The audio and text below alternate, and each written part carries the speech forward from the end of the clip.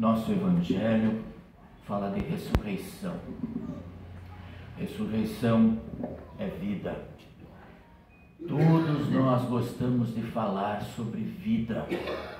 A morte não nos interessa muito. A morte nos entristece. A morte nos separa. A enfermidade é a mostra de que um dia nós vamos morrer. Ninguém gosta de falar muito sobre morte. Um pastor foi visitar um congregado que estava acamado, estava desenganado, estava muito mal. Ele chega lá e toda a família estava reunida. Lá no leito, aquele lugar meio triste, o pastor diz o seguinte: eu vou orar e vou citar a oração que o rei Ezequias fez, pela qual ele também estava doente. E depois que ele fez esta oração, ele ainda viveu mais 15 anos. No que o pastor falou isso, o enfermo levantou o dedo e disse: só mais 15? Ele queria mais, ele queria viver. E é o que todos querem também. A morte nos assusta. E é isso que nós estamos falando aqui no nosso Evangelho hoje. Ressurreição, vida nova. A pergunta era sobre qual dos maridos essa mulher terá lá no céu. E Jesus diz: olha, lá no céu os pensamentos são outros. O nosso corpo é outro. Lá nós somos filhos de Deus. Lá não se casa e não se dá em casamento. As delícias que estão esperando pelos cristãos são indescritíveis. Mas enquanto isso não chega, nós estamos aqui e nós queremos vida. Uma professora na escola, certa vez, perguntou para os alunos: quais são as 7 maravilhas do mundo? E os alunos começaram a citar: olha, o Coliseu Romano, pode ser também as pirâmides do Egito, pode ser também o Cristo Redentor no Rio de Janeiro, que agora tem um concorrente aqui no sul, o Cristo Protetor. Alguns falaram também sobre as cataratas do Iguaçu, e assim os nomes foram aparecendo. Mas havia um menininho que estava quietinho e de repente ele levanta o dedo e diz: para mim, as maiores maravilhas do mundo são falar, ouvir, andar, sentir, saborear, amar, pensar. E a sala toda ficou quieta, porque realmente nós temos essas maravilhas todas à nossa disposição. A criação de Deus, diz o nosso Salmo 148 que nós lemos, ela proclama a sua grandeza. E nós decoramos lá no primeiro artigo do Credo Apostólico, todos decoraram nas suas aulas de catecismo: creio que Deus criou a mim e a todas as criaturas e me deu corpo e alma, razão e todos os sentidos. Ou seja, além disso me dá calçados, comida, bebida, casa, lar, esposa, filhos, campos, gados, tantos bens, o nosso automóvel, o nosso telefone, ninguém vive mais sem, o carro, quem consegue viver sem depois que acostumou? Quanta coisa maravilhosa que Deus nos dá para proteger a nossa vida.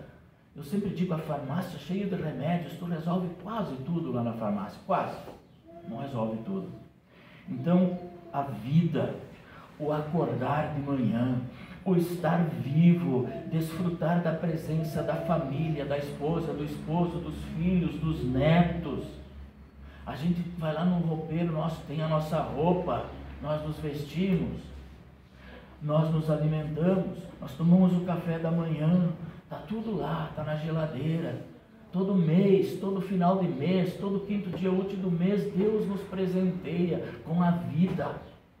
O nosso salário é vida, a nossa remuneração nos garante dignidade. E Deus dá um jeito.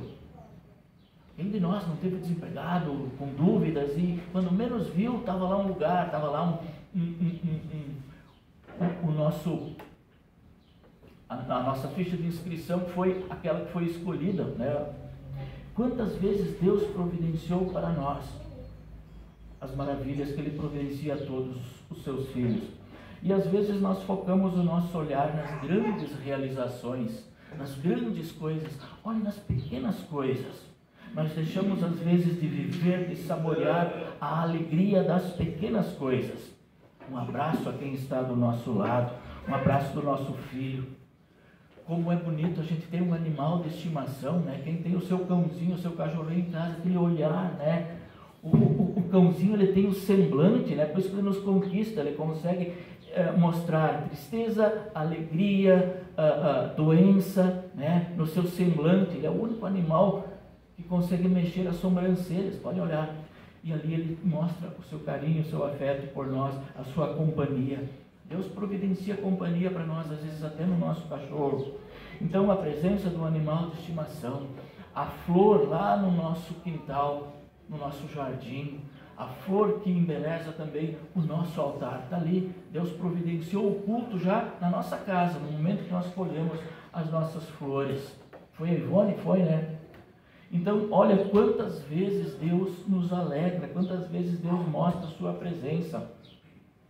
Agora, é verdade que a queda em pecado lá de Adão e Eva, desde aquele momento, a criação sofre, ela geme por causa das consequências do pecado. Tudo que existe de mal no mundo é consequência do pecado. Então, o uso indiscriminado, muitas vezes, de agrotóxicos, o lixo que é espalhado pelos oceanos, que destrói a natureza. Muitas vezes áreas verdes são devastadas e destruídas pela pura ganância da madeira. Depois fica lá, descoberta, desprotegida, provoca erosão, destrói cidades, invadem os rios, enchem os rios, ou seja, as enchentes, os desequilíbrios ecológicos, e surgem as doenças.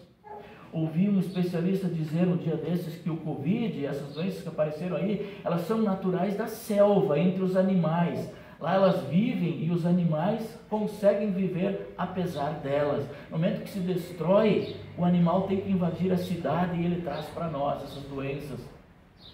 Então a mata é necessária sim para o equilíbrio das doenças. Então desde a queda em pecado a criação sofre. E lá no relato de Gênesis 1, né, os animais, os seres humanos, né, receberam plantas que dão sementes, árvores que dão seus frutos, capins e verduras para se alimentarem. Mas em seguida, quando Adão e Eva caem em pecado, logo eles recebem a promessa. Já ali o amor de Deus enche a vida deles. Ele diz, olha, vai nascer um descendente teu. Ele diz para a mulher, e essa vai destruir o poder da serpente. E nasceu o descendente que nós sabemos é Jesus.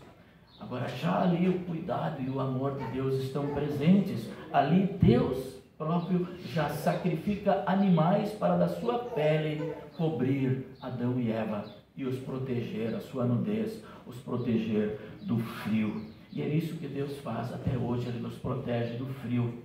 Deus que nos criou com uma coroa da sua criação, a sua imagem e semelhança, Ele não abandona, mesmo em meio ao castigo, mesmo em meio à nossa dor, mesmo em meio ao nosso trabalho, mesmo em meio às nossas pequenas crises.